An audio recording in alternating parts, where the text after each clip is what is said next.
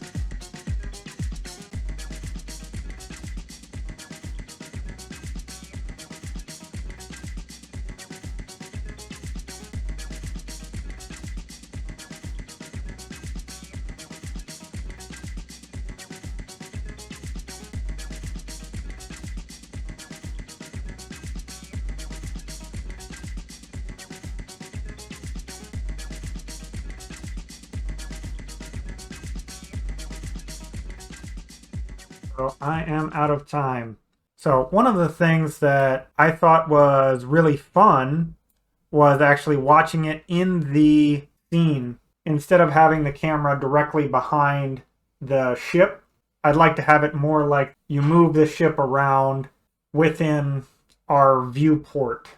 It was a lot easier to understand how my ship was moving in relationship to the spheres coming in. First thing I wanted to do was work with the animations, halt the animation, and reverse the animation. So I have an animation that makes it go like this. So I wanted to say, if I let go of the A key and it's here, start reversing the animation and go back to flat. It looks like there's not a good way to do that. What I found was working with the animation recorder. I went to the package manager. I installed the Unity recorder that enabled me to make changes on the fly, and Unity would record what changes occurred. Then it was saved as an animation, and you could play those back. I was under the impression if I created the animation that way, then I would be able to reverse the animation, but that is not at all what happened. So I stopped working with animations entirely, and I started working with something called a lerp. Like, what I ended up with was almost entirely what he has written here, like with the rotation speed and the damping, how the desired rotation goes. We can take a look at this here, whether or not it's going right or going left, and this rotational speed, create the rotation, and then actually do this thing called a lerp. So that was the interesting thing that I did not do before.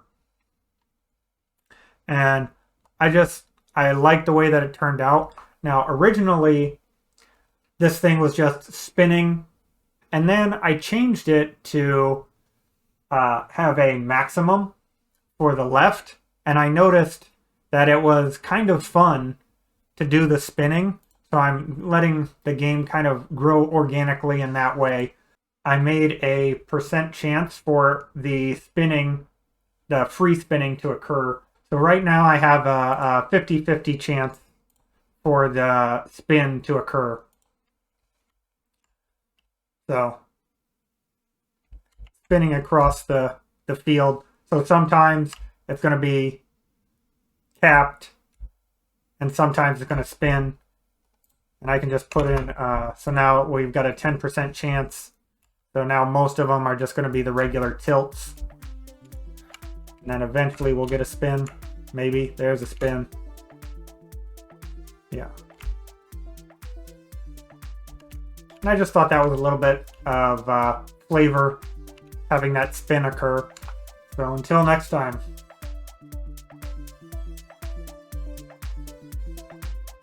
Two-leader takedown complete.